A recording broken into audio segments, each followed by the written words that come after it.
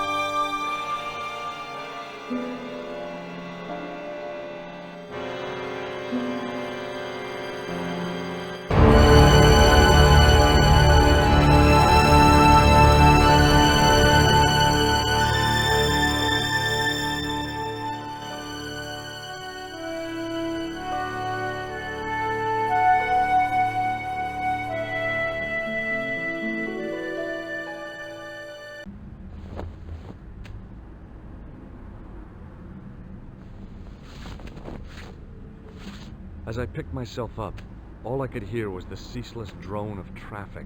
Life went on around me, but the explosion was to change my life forever.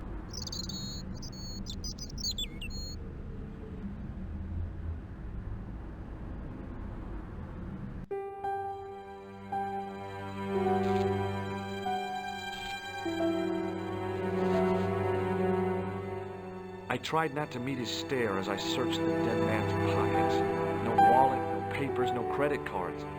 The guy's past was a blank page.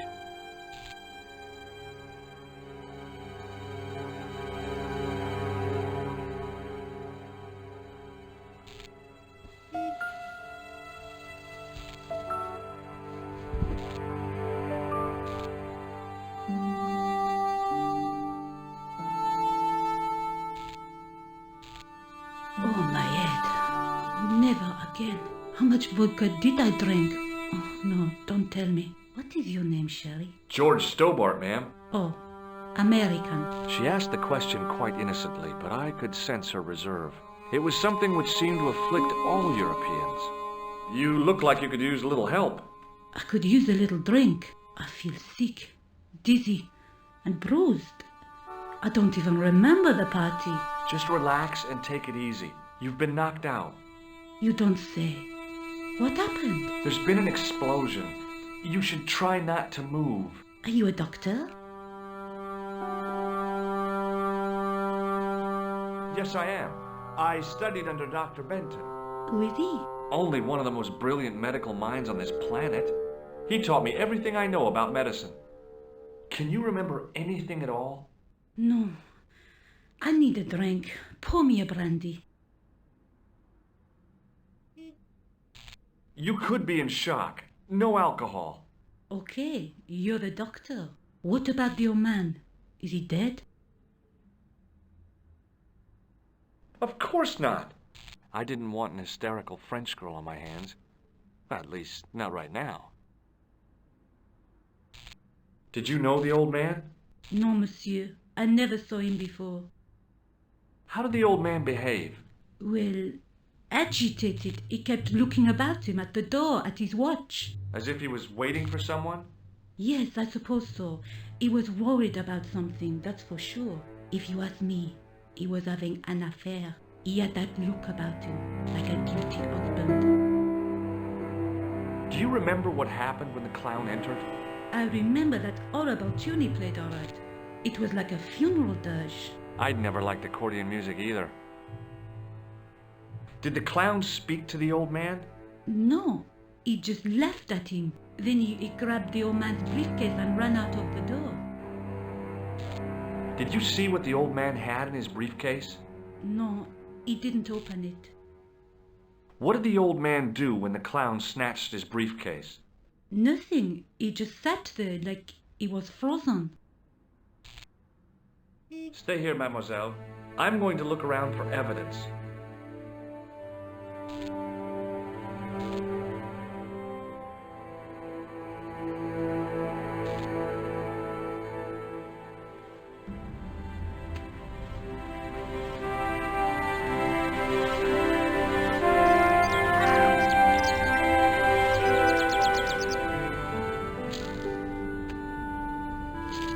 The leading article referred to the visit of a Nobel Prize winner from some unpronounceable Eastern European state. That was the only news story. The rest was rumor, gossip, and sensationalism. Then I noticed the writing at the foot of the page. It read Salah Eddin, 1345.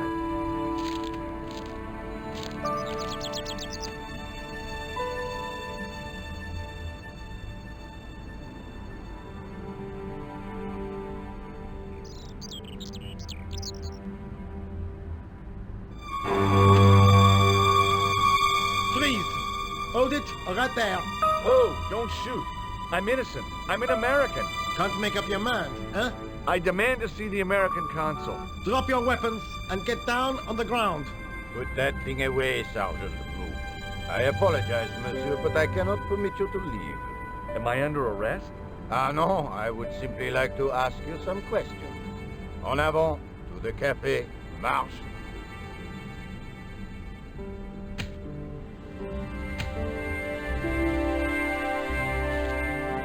What a mess.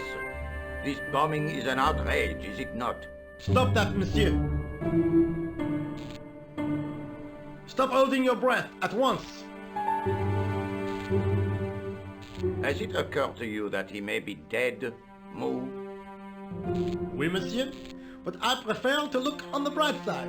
Besides, I recall a case where the killer escaped by feigning death. However, in this case, the man is quite dead. Clearly, the killer knew of his presence and... How many times have I warned you about premature extrapolation? All we know is that he is dead. It seemed reasonable to assume... A great detective assumes nothing. Take Maigret, for instance. But he was a fictitious character, monsieur. Why, he was no more real than Poirot or Tintin. That's different, Moo. They were comedy Belgians. Anyway, it is unlikely that even you will learn much from talking to the dead. Examine the girl and take her statement, if you can.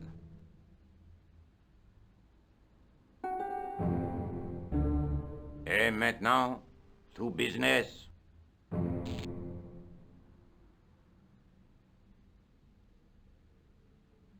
Your name, please? George Stobbart. I'm from California. And what brings you to Paris, Monsieur Stobbart? Travel. I'm touring Europe. You chose well. The city is most beautiful at this time of year, no? Yeah, I guess so, apart from the bomb blasts. Were you in the vicinity of the café at the time of the explosion? Yeah, I was sitting out on the sidewalk. I was lucky I wasn't killed. The inspector passed over my remark with no reaction. Did you see the deceased enter the café? Yes, I did. Was he alone? Yeah. And did he say anything to you? No, he was more interested in the waitress. Did you see anyone else in the café? Yeah, there was a guy dressed as a clown. He was carrying an accordion. An accordion? Bon, the picture is forming in my mind, and it is not a pretty one. Is the girl all right, Moo? She'll live. She confirms the doctor's statement. Oui? You did not tell me you are a doctor, monsieur? No, that's right. I didn't think it was relevant. Eh bien, I have heard enough. What do you mean? I am satisfied that you know nothing. You may leave. Enjoy your vacation, Dr. Stobbart. What about my personal safety?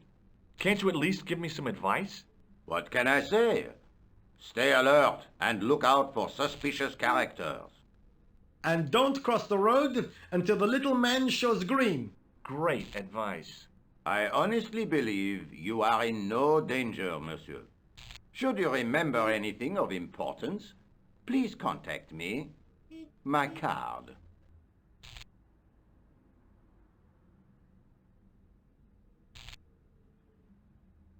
Thanks. That is all. You may go. There's not much to go on, monsieur. On the surface, no. But what lurks inside the subconscious? If the door can only be opened.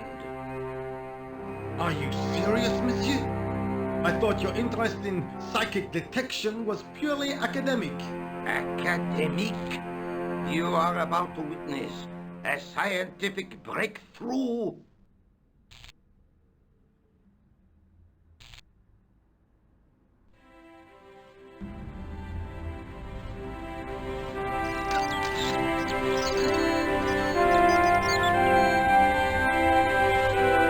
Excuse me, mademoiselle?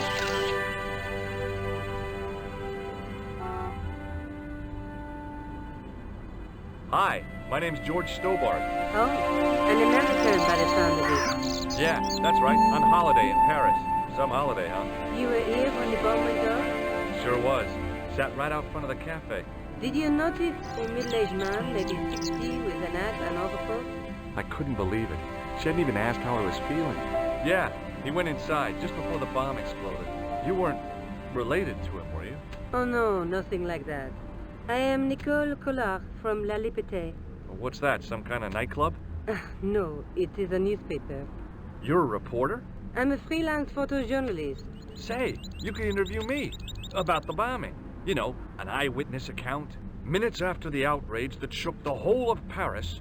You know, real-life drama, human interest, that kind of stuff. I'll just stick to the facts, thank you. Did you see who planted the bomb? I know it sounds crazy, but he was dressed like a clown. Oh God, it's him again. Have you met the clown before? It's a long story. I have plenty of time. I don't. Who's the guy you were supposed to meet? His name was Planter. I didn't know him, but he called me last night. He said he had a story which would interest me. He asked me to meet him at the cafe. I guess I'll never know what he wanted to tell me. Not unless you have Rosso's gift for psychic interrogation. How did Plantar get your name? Through the newspaper La Liberté. I'd written an article linking 2 unsolved murders. One in Italy, the other in Japan. The cases were remarkably similar. A wealthy victim, no apparent motive, and a costumed killer. Plantar said he could supply me with more information. You speak very good English for a French girl. Thanks. You speak very good English from America. Do you know a police officer called Rosso? Rosso? Our paths have a knack of crossing. If I didn't know better, I'd say it was deliberate. Have you seen Rosso? Is he here? He's inside, attempting to question a witness with his psychic powers. What? That guy is weird. Yeah. Why won't you tell me about this clown? Why do you want to get involved? Because he almost killed me. Isn't that reason enough? I guess so. Listen, I'll give you my phone number.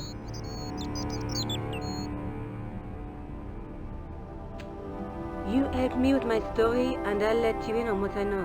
And let's get one thing straight right now. This is strictly business. Okay, it's a deal. I have to go develop these pictures. À bientôt, monsieur. Fine, I'll, see you soon.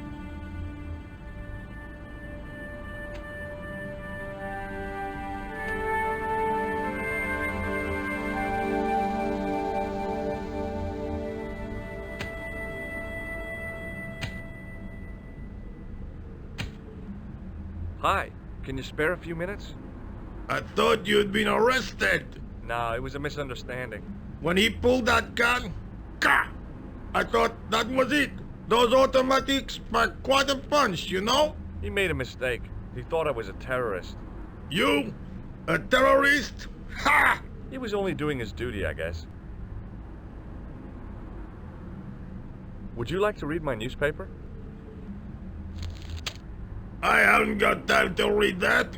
Can't you see I'm busy? You could read it on your lunch break. 10 minutes is all I get. And if my boss had his way, I wouldn't get that. He'd have me on a drip, so I didn't have to stop to eat. Oh, take the newspaper and quit complaining.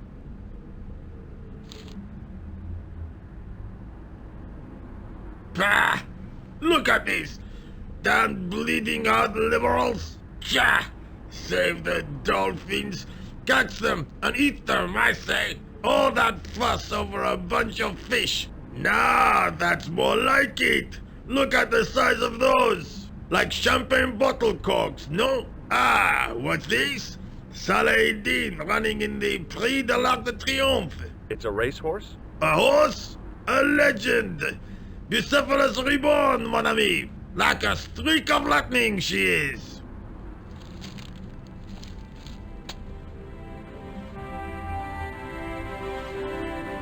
Do me a favor, won't you? Keep an eye on my hole. I'm off to put some money on that nag.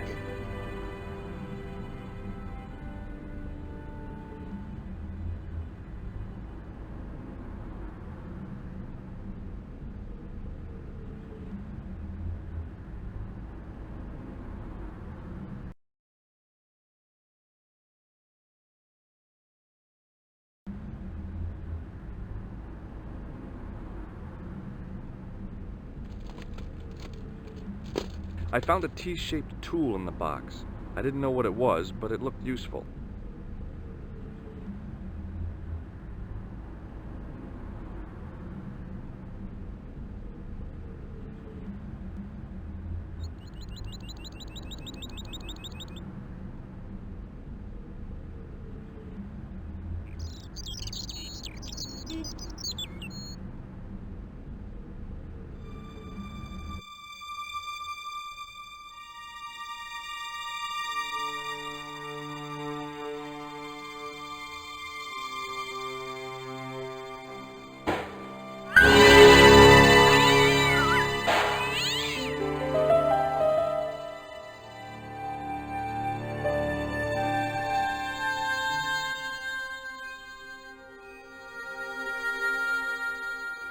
I tried to lift the cover with my fingers, but couldn't gain any leverage.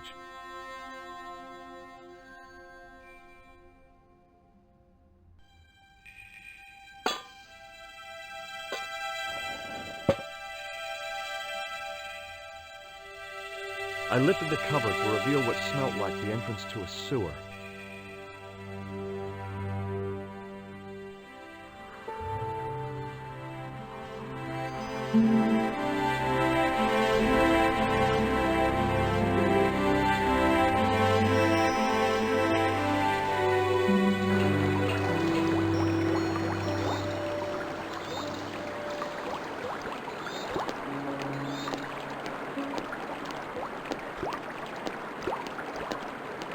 As I picked up the plastic ball, I realized it was intended to be worn. It was the clown's red nose.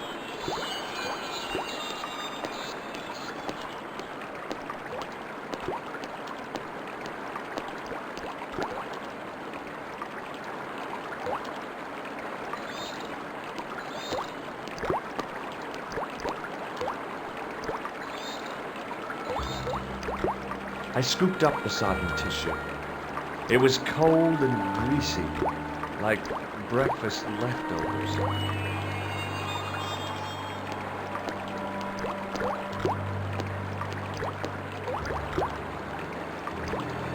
I took hold of the scrap of material and unsnagged it from the spike. I wasn't sure what I was going to do when I caught up with that cloud, but before I knew it, I was drawn into a desperate race between two ruthless enemies. The goal? The mysterious power of the broken sword. Thank you for playing Broken Sword from Revolution Software. Many aspects of the game will be improved in the final product. The music, which is currently synthesized, will be played by an orchestra. Broken Sword will be published in September 1996 by Virgin Interactive Entertainment.